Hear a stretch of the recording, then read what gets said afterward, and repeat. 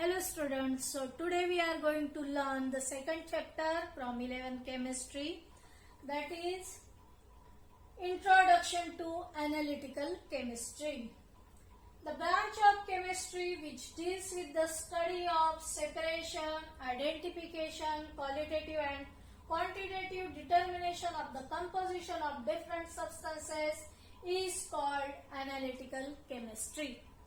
Analytical chemistry in general analysis का meaning क्या होता है? Analysis means to observe. Suppose हमको NaCl सॉल्ट दिया है, ठीक है, उसका हम टेक्सचर देखेंगे, हाथ में लेके देखेंगे तो क्रिस्टलाइन हमको फील होगा. उसका कलर व्हाइट है, हम लोगों को पता है. कुछ ऑर्डर है या नहीं, या ऑर्डरलेस है, ये सब फिजिकल इंफॉर्मेशन कलेक्ट करना. फिजिकल के अलावा केमिकल रिएक्शन, कौन सी केमिकल रिएक्शन में वो पार्टिसिपेट करेगा, किसके साथ रिएक्ट होता है, किसके साथ नहीं रिएक्ट होता है, तो ये सब का जो स्टडी होता है एनालिसिस.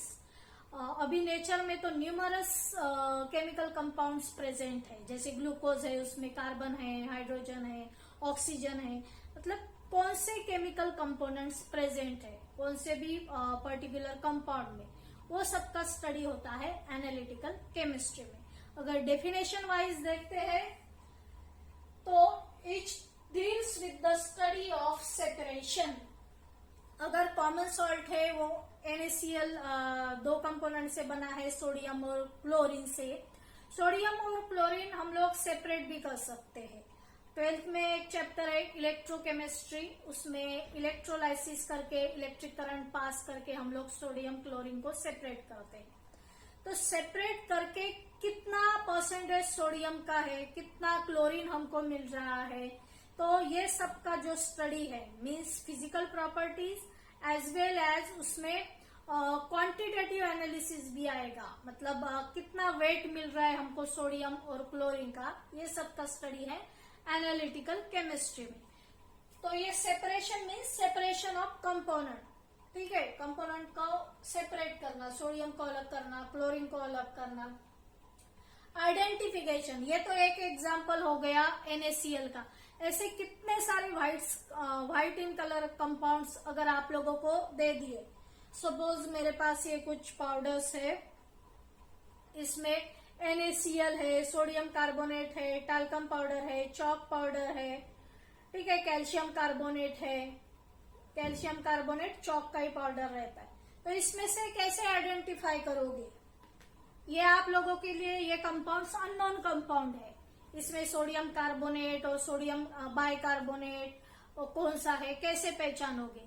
तो इसकी कुछ केमिकल टेस्ट जो है वो परफॉर्म करनी पड़ती है. पहले हम लोग फिजिकल इंफॉर्मेशन ले लेंगे, उसकी फिजिकल प्रॉपर्टीज, ठीक है. उसमें मेल्टिंग पॉइंट भी आएगा, बॉइलिंग पॉइंट भी आएगा. मेल्टिंग और बॉइलिंग पॉइंट का एक चार्ट एक स्टैंडर्ड साइंटिस्ट लोगों ने बनाया है कि ये पर्टिकुलर कंपाउंड का इतना मेल्टिंग पॉइंट होता है, ये लिक्विड का इतना बॉइलिंग पॉइंट होता है.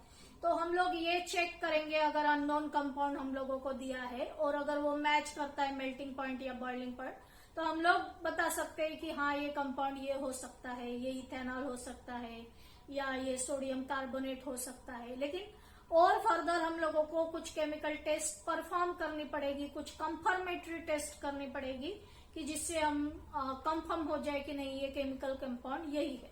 तो आइडेंटिफिकेशन ऑफ अननोन कंपाउंड ये हम केमिस्ट्री लेबोरेटरी में परफॉर्म करते हैं ये एक्सपेरिमेंट्स. और हमारी लैब में बहुत सारे केमिकल कंपाउंड्स, कुछ एसिड्स है, कुछ बहुत सारे सॉल्ट्स है, सब अवेलेबल रहते हैं. हम लोग इजीली टेस्ट करके आइडेंटिफाई कर सकते हैं. तो ये सब आता है आइडेंटिफिकेशन में, ठीक है. देन क्वालिटेटिव और क्वांटिटेटिव का मीनिंग सेम है. हम केमिकल टेस्ट परफॉर्म करके देखेंगे, physical as well as chemical properties identify करेंगे, उसके बेसिस पे हम लोग डिटरमाइन कर सकते हैं. क्वांटिटेटिव का भी मैंने बताया कि कितने क्वांटिटी में प्रोडक्ट मिल रहा है, उसे वे करना, वो सब आएगा क्वांटिटेटिव एनालिसिस में. Determination of composition of different substances, जैसे ग्लूकोज में कार्बन है, हाइड्रोजन है, ऑक्सीजन है, तो अलग अलग कंपाउंड में कौन कौन से एलिमेंट प्रेजेंट है वो सब एनालिटिकल केमिस्ट्री में स्टडी करेंगे. ठीक है, ये हो गया डेफिनेशन ऑफ एनालिटिकल केमिस्ट्री। लेकिन इंपॉर्टेंस क्या है एनालिटिकल केमिस्ट्री का? एनालिटिकल केमिस्ट्री का इंपॉर्टेंस का एरिया बहुत वास्ट है। जैसे एग्रीकल्चरल केमिस्ट्री में सॉइल की अगर क्वालिटी टेस्ट करनी है, उसमें मिनरल्स कौन से है, मैग्नीशियम, सोडियम, जो भी क्रॉप की ग्रोथ के लिए नेसेसरी जो भी एलिमेंट है वो कितने, उसका कंपोजिशन कितना है, कितना परसेंटेज है, ये सब टेस्ट करना। या मेडिसिनल केमिस्ट्री में मेडिसिन जो यूज करते हैं हम लोग, उनमें डिफरेंट जो कंपोनेंट्स है, कुछ एडेड विटामिन है, तो ये सब का कितना कंपोजिशन है, ये सब स्टडी करना आएगा एनालिटिकल केमिस्ट्री में।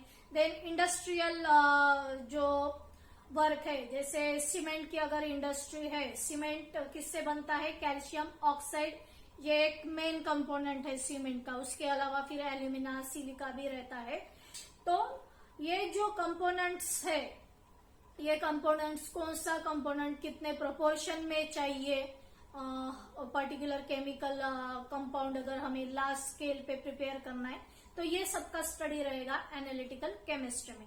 देन फॉरेंसिक साइंस में भी इसका स्टडी है। जैसे किसी की सडन डेथ हो जाती है, तो कुछ मतलब फूड पॉइजनिंग की वजह से वो डेथ हुई है क्या, तो बॉडी के पार्ट्स के मतलब सैंपल लेके जो स्टडी किया जाता है कि अगर कुछ पॉइजन इंट्रोड्यूस हो गया हो बाय चांस बॉडी में, तो ये सब का स्टडी है एनालिटिकल केमिस्ट्री में। और एक जो इम्पोर्टेंट है, जैसे एयर इन स्ट्रीट्स या इंडस्ट्रियल प्रीमाइसेस में जो एयर रहती है, जो स्मोक निकलता है चिमनी से, उसमें बहुत ही ज्यादा हार्मफुल गैसेस प्रेजेंट रहते हैं। जैसे कार्बन मोनोऑक्साइड है, ठीक है, कार्बन मोनोऑक्साइड ये पॉइजनस गैस है। अगर इसका परसेंटेज एयर में इंक्रीज हो गया और ऑक्सीजन का अगर डिक्रीज हो गया, और कार्बन मोनोऑक्साइड गैस अगर हम इनहेल करते हैं बजाय ऑक्सीजन के, तो जो है हम हीमोग्लोबिन जो है ब्लड में, वो उसके साथ कंबाइन होके बॉडी के हर एक पार्ट को वो मतलब जो ऑक्सी हीमोग्लोबिन कॉम्प्लेक्स बोलते हैं, तो वो नहीं फॉर्म होगा। हीमोग्लोबिन का कॉम्प्लेक्स कार्बन मोनोऑक्साइड के साथ फॉर्म होगा, और वो अगर हार्मफुल गैस बॉडी में इंट्रोड्यूस हुआ तो वो बॉडी को पैरालाइज भी कर सकता है। तो ये मतलब कंपोजिशन क्या है एयर का, कौन सा गैस कितना प्रेजेंट है, ये सब जो स्टडी है वो एनालिटिकल केमिस्ट्री में होता है। तो ये हो गया इंपॉर्टेंस ऑफ एनालिटिकल केमिस्ट्री। कौन सी भी केमिस्ट्री हम स्टडी कर रहे हैं तो उसका इंपॉर्टेंस जानना हमारे लिए बहुत नेसेसरी है। देन ये जो एनालिसिस होता है ये माइक्रो लेवल पे होता है। जैसे एक स्मॉल अमाउंट मैंने लिया है, ठीक है, टेस्ट ट्यूब में एक स्मॉल अमाउंट लिया है, इसमें मैं अलग अलग रिएजेंट ऐड करके देखूंगी, इसे बोलते हैं सेमी माइक्रो एनालिसिस। अगर हमारे ब्लड में भी कौन सा कंटेंट प्रेजेंट है, प्रेजेंट नहीं है, ये टेस्ट करना है, तो पूरे बॉडी का ब्लड निकाल के हम लोग टेस्टिंग के लिए नहीं देते, ओनली स्मॉल अमाउंट ब्लड जो है वो लोग टेस्ट करते हैं कि क्या प्रेजेंट है और क्या नहीं प्रेजेंट है। उसी तरह हम लोग जो लेबोरेटरी में प्रैक्टिकल्स परफॉर्म करेंगे तो ओनली स्मॉल क्वांटिटी हम लोग लेंगे प्रैक्टिकल के लिए, उससे हमें पता चलता है कि गिवन अननोन कंपाउंड कौन सा है। तो ये हो गया एनालिसिस के बारे में। जैसे melting point, boiling point already मैंने बताया है, कलर देखना है, पहले हम लोगों को ऑर्डर देखना है, ये सब आएगा। अभी जब भी व्हाइट मतलब कौन सा भी केमिकल सब्सटेंस, कौन सा भी कलर का अगर दिया जाए तो उसकी सोलिबिलिटी भी हम लोगों को टेस्ट करनी होती है कि वो वाटर में सोल्यूबल होता है या नहीं। अगर वो वाटर में नहीं सोल्यूबल होता तो दूसरे कौन से एसिड में सोल्यूबल होगा। फॉर एग्जाम्पल अगर चॉक पाउडर लेते हैं, चॉक पाउडर कैल्शियम कार्बोनेट से बना हुआ है, वो वाटर में ही सोल्यूबल है, ठीक है, ये है चॉक पाउडर जो वाटर में इनसोल्यूबल है, ये नीचे ऐसे सेटल हो जाएगा, लेकिन ये डाइल्यूट हाइड्रोक्लोरिक एसिड में सोल्यूबल है। तो एक प्रॉपर सॉल्वेंट भी चाहिए हम लोगों को केमिकल टेस्ट करने के लिए कि जिसमें हमारा सब्सटेंस जो है अच्छे से डिजोल्व होना चाहिए। अच्छे से वो डिजोल्व होगा तो अच्छे से आयन सेपरेट होंगे। अगर NaCl है तो Na+ आयन, Cl- आयन, तो दूसरा कौन सा भी रिएजेंट हम उसमें ऐड करेंगे तो अच्छी एक पॉजिटिव केमिकल टेस्ट हम लोगों को मिलेगी। तो इससे हम लोग आइडेंटिफाई कर सकते हैं कि अननोन कंपाउंड में कौन से रेडिकल्स प्रेजेंट है, कौन से रेडिकल्स नहीं प्रेजेंट है, उसका भी डिटेल हम लोग देखेंगे। पहले हम लोग जैसे क्वालिटेटिव एनालिसिस का क्या एरिया है, कहाँ वो वर्क करता है, ये भी देख लेंगे। जैसे प्रेसिपिटेशन रिएक्शन है। प्रेसिपिटेशन क्या होता है? सपोज कैल्शियम क्लोराइड लिया, CaCl2, ठीक है। ये सब केमिकल सब्सटेंसेस आपकी लैब में इजीली आप लोगों को मिल जाएंगे। ये वाटर में डिसॉल्व करना, ठीक है। ये क्रिस्टलाइन सब्सटेंस होता है, वाटर में अच्छे से डिसॉल्व हो जाएगा। इसकी रिएक्शन सोडियम कार्बोनेट के साथ अगर करते हैं, सोडियम कार्बोनेट भी इजीली अवेलेबल है, उसे भी वाटर में डिसॉल्व करेंगे अच्छे से और रिएक्शन परफॉर्म करके देखेंगे। तो हमको मिलेगा CaCO3 plus NaCl, twice NaCl, ठीक है। तो इसमें ये जो कैल्शियम कार्बोनेट मिल रहा है, ये तो इनसोल्यूबल है वाटर में और ये तो सोल्यूबल है। तो ये सोल्यूबल फॉर्म में हम लोगों को दिखेगा जैसे टेस्ट ट्यूब में, ठीक है। जो सोल्यूबल पार्ट है, ऊपर के सोल्यूबल पार्ट में क्या रहेगा? NaCl, और जो इनसोल्यूबल है वो ऐसे नीचे प्रेसिपिटेट फॉर्म करता है।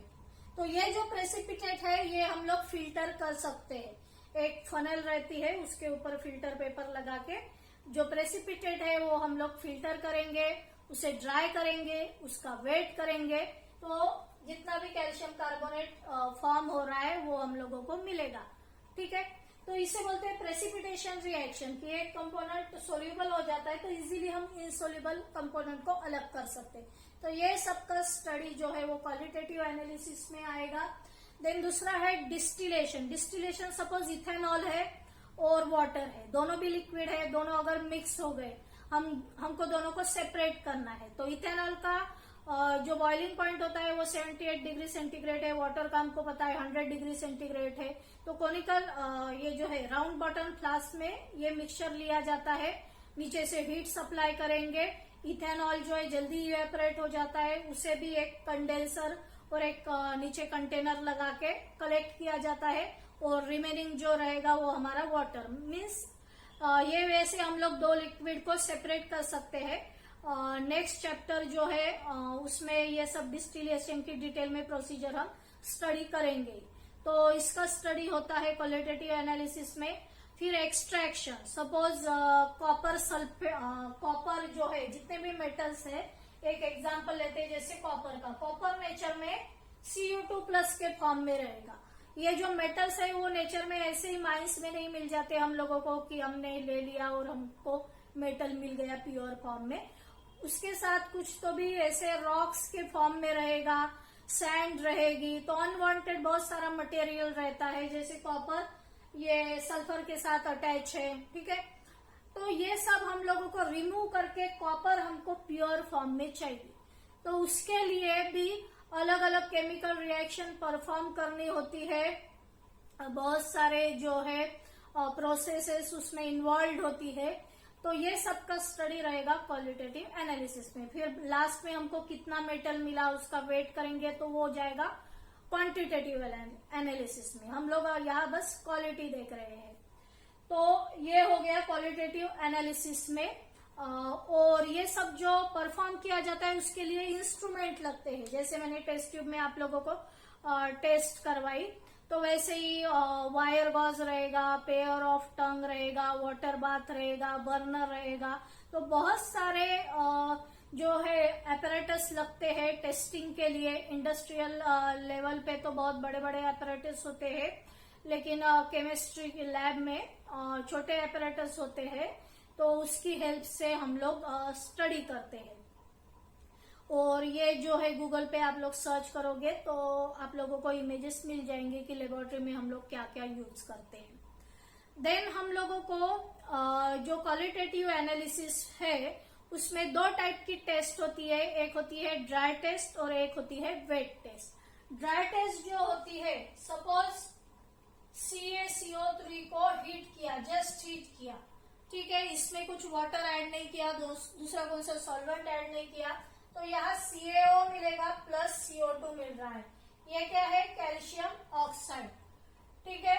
ये जो कैल्शियम ऑक्साइड मिल रहा है जनरली जो सीमेंट बनाते हैं उसमें कैल्शियम ऑक्साइड जो रहता है वो इम्पोर्टेंट इंग्रेडिएंट है। तो ये जो कैल्शियम ऑक्साइड है कैसे मिला है? By dry test.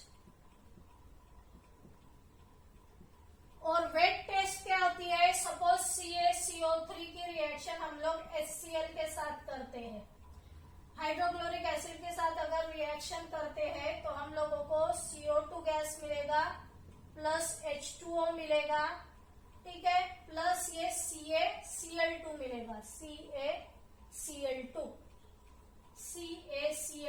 ये हो गया H2O और CO2 कैल्शियम क्लोराइड। तो यहाँ हम लोगों ने क्या कौन सी टेस्ट परफॉर्म की? Wet test. अगर हम लोग किसी सॉल्वेंट में डिसॉल्व करते हैं वो केमिकल कंपाउंड को, उस तरह से टेस्ट करके देखते हैं तो उसे बोलते हैं वेट टेस्ट। तो दो टाइप की टेस्ट हम लोग केमिस्ट्री लेबोरेटरी में परफॉर्म करते हैं। फिर हम लोगों को अगर अननोन कंपाउंड लिया है, जनरली केमिस्ट्री प्रैक्टिकल्स का प्रोसीजर कैसे होता है? सपोज जैसे NaCl है, NaCl ये तो इनऑर्गेनिक सॉल्ट है, देन ऑर्गेनिक सॉल्ट में क्या आएगा? Na2CO3 है, देन NaHCO3, देन CaCO3। तो ये सब सॉल्ट आपको लैब में इजीली अवेलेबल रहेंगे। ये सॉल्ट किससे बना हुआ है? जैसे Na+ और Cl- से, वैसे Na2CO3 Na+ और CO3- से बना हुआ है।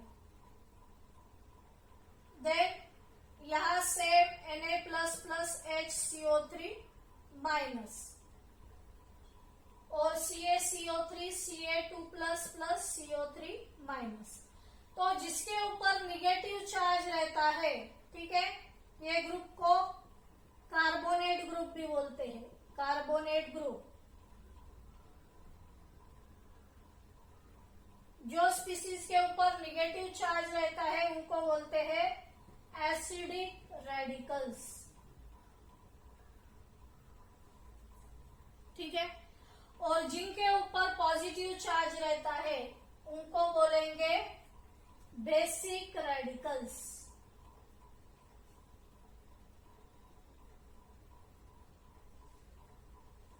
तो अगर हमको कार्बोनेट ग्रुप की टेस्ट परफॉर्म करनी है, सपोज क्या करेंगे हम लोग, एक सोडियम कार्बोनेट का इस तरह से सब्सटेंस, सोडियम कार्बोनेट मैंने लिया है, उसमें HCl ऐड करके देखेंगे।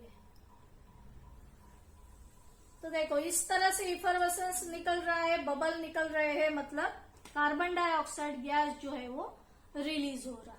तो इस तरह से केमिकल टेस्ट जो है वो लेबोरेटरी में परफॉर्म करनी होती है। क्यों कार्बन डाइऑक्साइड गैस निकल रहा है? हम लोगों ने क्या किया अभी, Na2CO3 को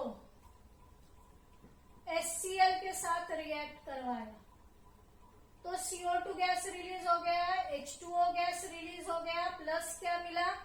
NaCl, ट्वाइस NaCl, ठीक है। रिएक्शन बैलेंस करेंगे, यहाँ 2Cl है तो यहाँ twice HCl plus twice HCl, ये हो गया H2O, ये CO2, ठीक है। तो यहाँ कार्बन डाइऑक्साइड गैस रिलीज हो रहा है। यहाँ भी हम लोगों ने कैल्शियम कार्बोनेट की HCl के साथ रिएक्शन करवाई, कार्बन डाइऑक्साइड गैस रिलीज हो रहा है। सेम NaCO3 की अगर रिएक्शन करवाते हैं ट्वाइस HCl के साथ तो same carbon dioxide gas liberate होगा, ठीक है। यहाँ क्या बनेगा? NaCl, रिएक्शन बैलेंस है या नहीं? यहाँ जो है HCl लिखेंगे, सो CO2, ठीक है, फिर H2 है तो ये हाइड्रोजन H2 और ये एक ऑक्सीजन H2O और यहाँ NaCl। तो हम लोग कौन सा रिएजेंट ऐड कर रहे हैं? Hydrochloric acid. हाइड्रोक्लोरिक एसिड क्या करवा रहा है? ये जो क्लोरीन है वो Na के साथ रिएक्ट करवा के सॉल्ट बना रहा है, हाइड्रोजन यहाँ ऐड करवा के H2O और ये CO2 ग्रुप से क्या निकाल रहा है, कार्बन डाइऑक्साइड गैस।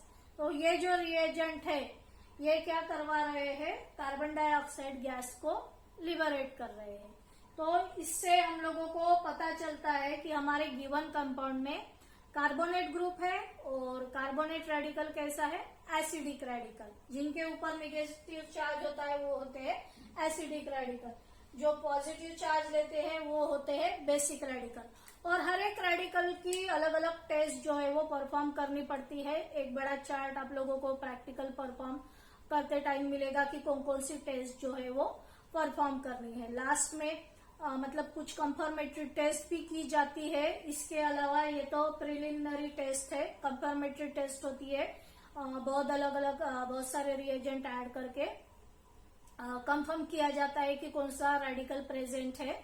तो एक बार हम लोगों को रेडिकल्स मिल गए, सपोज NaCl और Cl माइनस अगर प्रेजेंट है, Na+ CO3 माइनस प्रेजेंट है, रेडिकल्स मिल गए तो हम लोग उनका कॉम्बिनेशन करके अननोन कंपाउंड कौन सा है वो आइडेंटिफाई कर सकते हैं। तो इस तरह से इतना जो स्टडी है वो सब क्वालिटेटिव एनालिसिस में होता है। इसके अलावा क्वांटिटेटिव एनालिसिस जो होता है उसमें भी डिवाइड किया गया है और कौन कौन सा स्टडी करना होता है वो भी हम लोग देखेंगे। First just have a look on this, then हम लोग quantitative means chemical methods of quantitative analysis वो भी देखेंगे। स्टूडेंट अभी हम लोग chemical methods of quantitative analysis देखेंगे। अभी तक हम लोगों ने क्वालिटेटिव एनालिसिस के बारे में डिस्कस किया।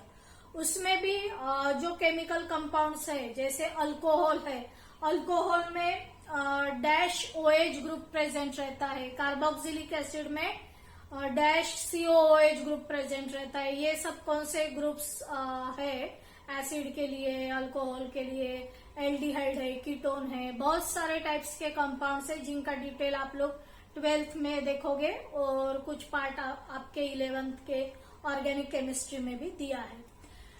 तो ये सब हो गया क्वालिटेटिव एनालिसिस। अभी फोकस करते हैं क्वांटिटेटिव एनालिसिस।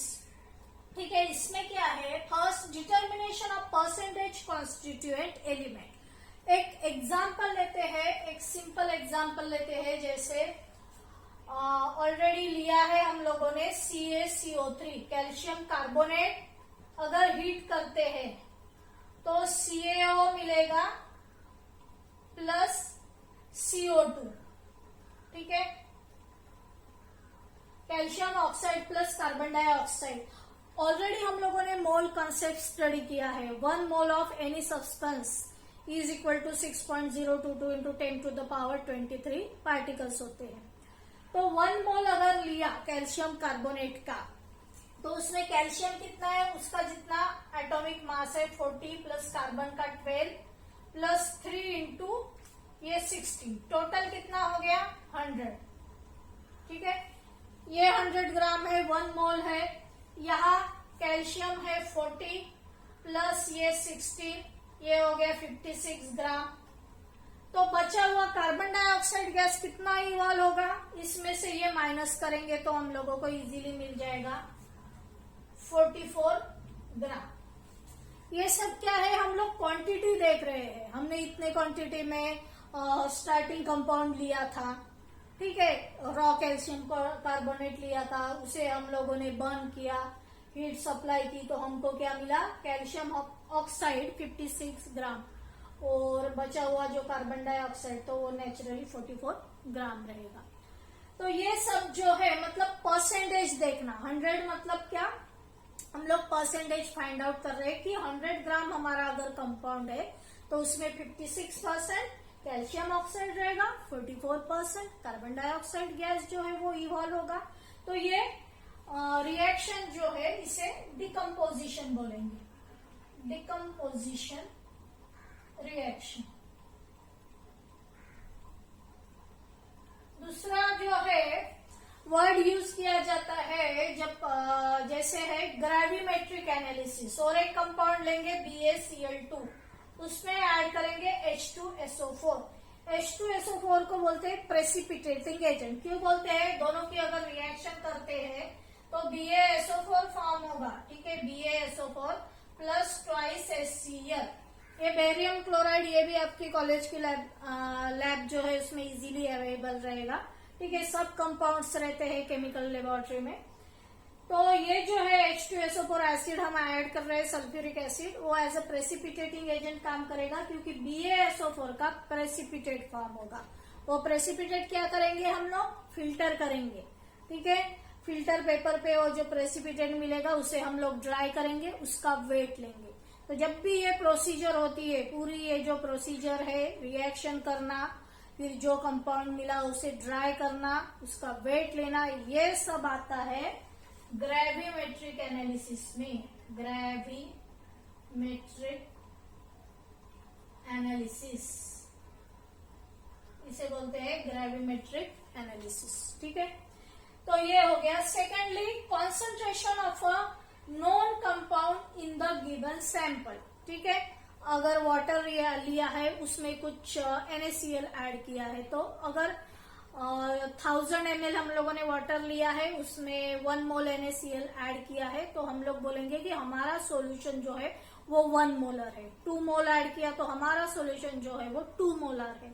ये मोलैरिटी क्या होता है, ये भी आगे चैप्टर में दिया है अलग से, एक अच्छा टॉपिक दिया है, व्हाट इज मोलैरिटी। तो इन जनरल अभी हम लोग बेसिक पढ़ रहे हैं, तो ये सब आप लोग याद रखो। तो ये हो गया। सेकेंडली, हम लोग क्या करते हैं, ये हो गया determination of percentage constituent element, concentration of non compound in the given sample. ये कैसे थे, सब सॉलिड कंपोनेंट थे। जब लिक्विड्स की बात आती है तो अगर हम लोग रिएक्शन परफॉर्म कर रहे हैं, सपोज एक एसिड ले लिया और एक NaOH, सपोज ये फर्स्ट पार्ट है। सेकंड पार्ट जो केमिकल मेथड का है, उसमें हम वॉल्यूम के बारे में देखेंगे, उसे बोलते हैं वॉल्यूमेट्रिक एनालिसिस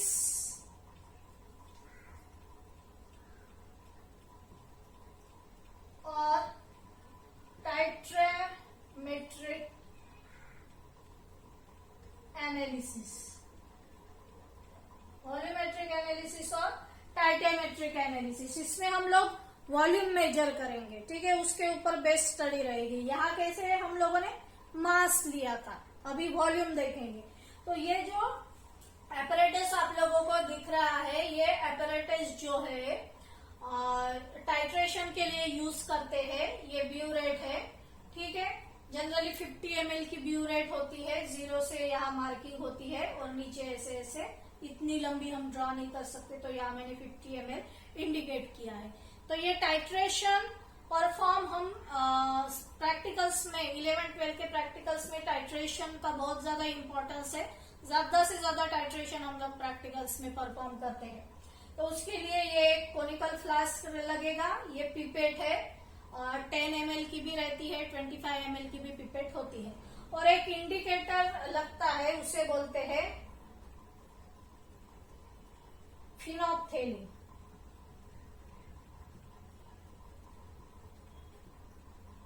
फिनोप्थेलिन ये केमिकल कंपाउंड है, वो फिनोप्थेलिन इंडिकेटर हम यूज करते हैं। तो ये जो वे है, यहाँ अभी हम देखेंगे कि टाइट्रोमेट्रिक एनालिसिस हम लोग किस तरह से परफॉर्म करते हैं।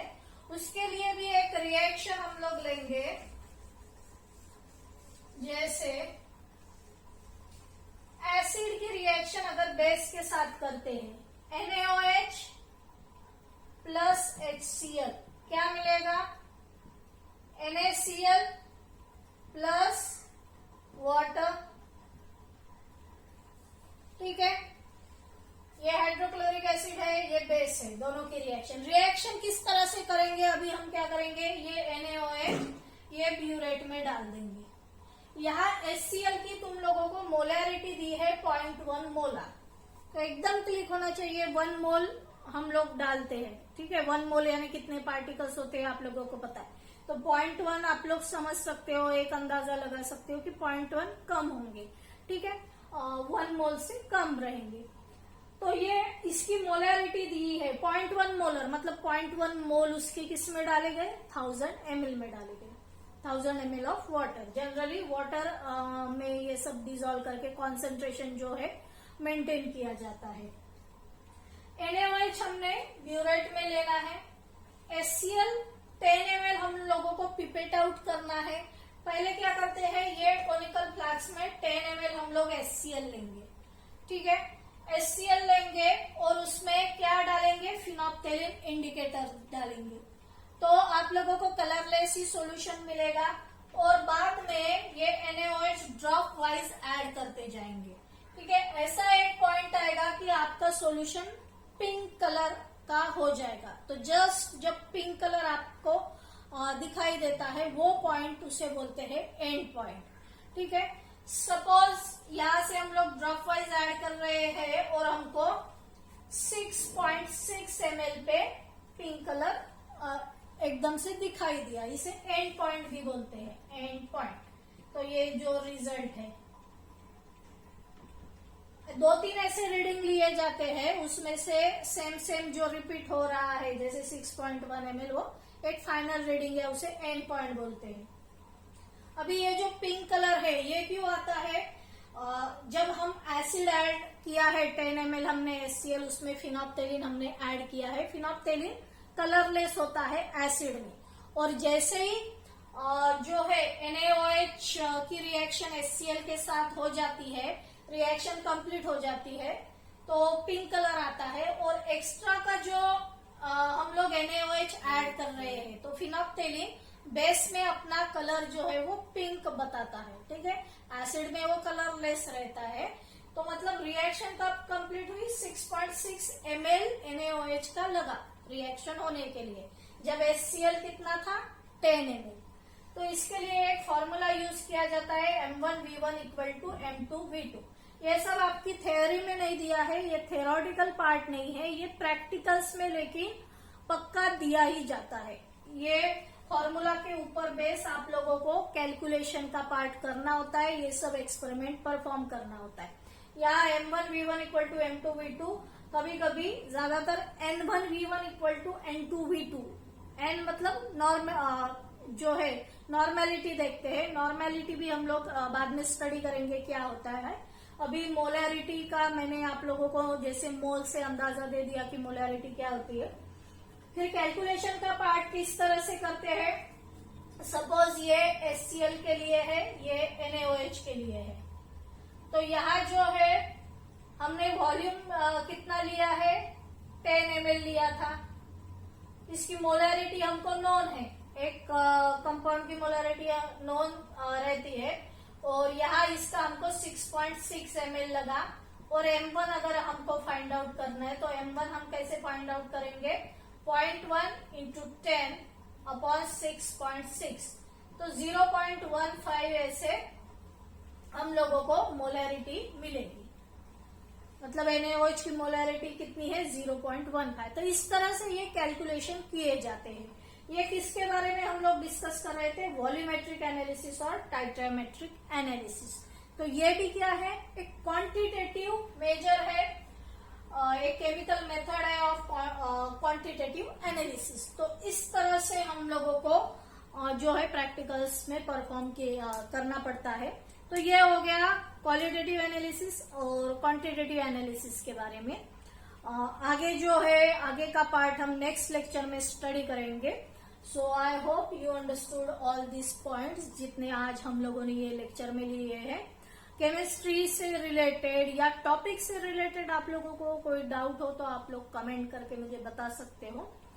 And so I hope you understood all this. So thanks for watching this video.